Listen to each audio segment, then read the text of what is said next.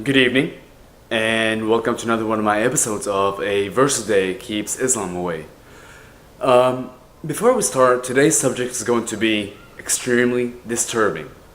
It's disgusting. It will infuriate a lot of people. However, I will be giving references to every single thing I say today. Now, the references that I'll be using for the most part of today's episode is from As-Sirah, As-Sunnah.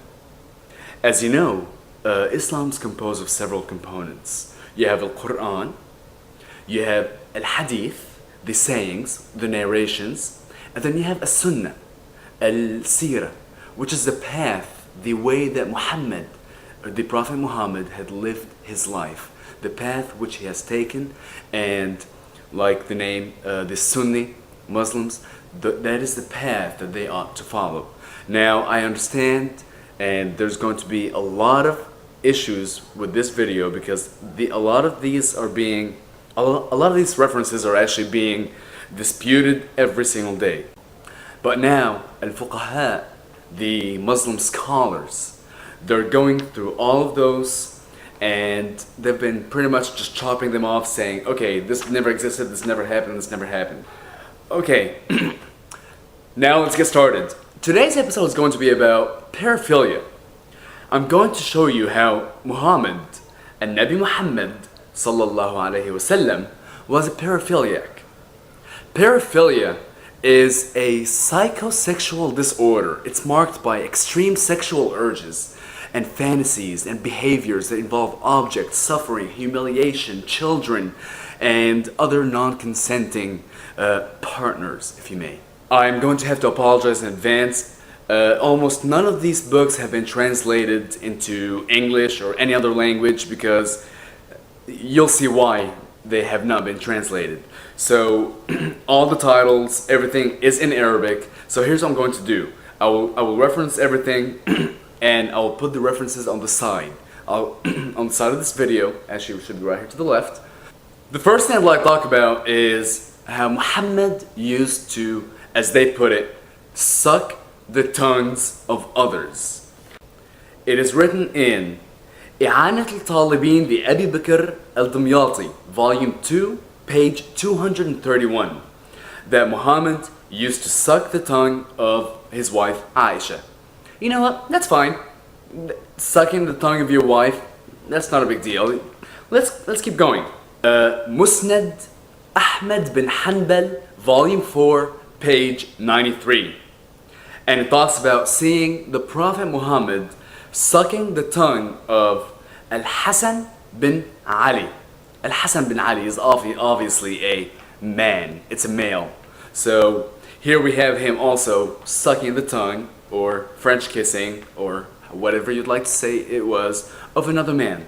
It is listed again in a different location, this one in تاريخ مدينة دمشق للحسن ابن هبة الله, Volume 14, page 169, where here it says Muhammad would suck the tongue of Al-Hussein bin Ali just like a boy would suck a date. فيض القدير للمناوي, Volume 5, page 249. Here it talks about Muhammad, where he would suck the tongues of those who were halal to him, his women, and those obviously whom his right hand possessed.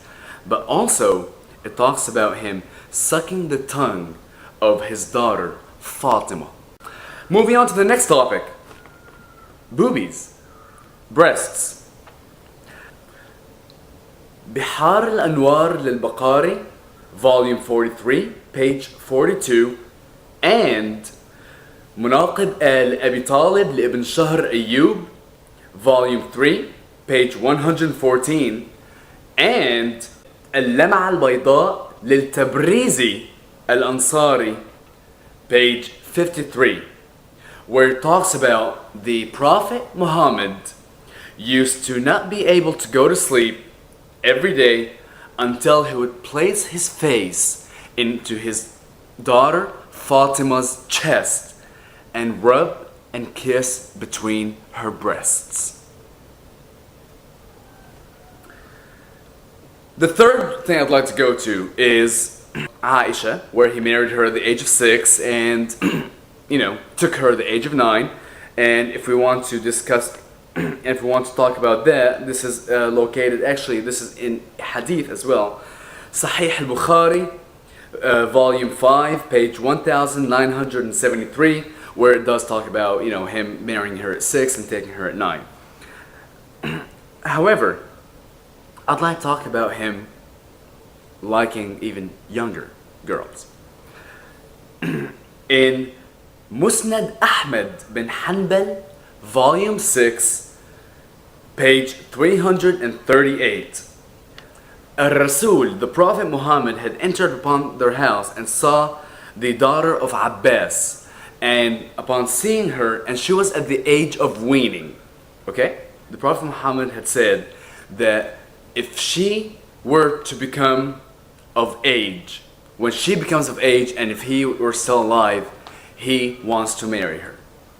So here's a baby at the age of weaning, and he's looking at her and saying, once she's a little more mature, I want her. Moving on to the next one is Mujamma Zawaid lil-Haythami, volume 4, page 276. And again in Sunan Sa'id bin Mansur, volume 2, page 123. And it talks about Muhammad having a concubine who had a daughter at the age of weaning. He once picked up this girl who was naked, and as he held her in his arms, he realized there was a desire, a lust within him. The last subject I'd like to go to is, as if it hasn't been bad enough, is necrophilia. These 6 different people had referenced the same story. Now again, if it could have been a rumor, passed on from one person to the other, but I'm just telling you what is written. Kenz al-Ammal lil-Muttaqi al-Hindi, volume 13, page 274, and the story of Al-Hajjah في بيان المحجبة لأبي القاسم الأصبهاني, volume 1, page 488. Here it talks about Al-Rasul, Muhammad, the Prophet Muhammad, having taken off his robe and placing it upon Ali, the mother of Ali. And then he proceeded to lay with her in her grave. Now, as the soil started falling back into the grave, his followers noticed it, and surprisingly they asked him and said, "O Prophet of God, you are doing something we have never seen you do before." To which he answered that he clothed her with his robe so that she may have something heavenly to wear. And he اضطجع معها, he slept with her, he lay with her in order to lessen the pains of the grave.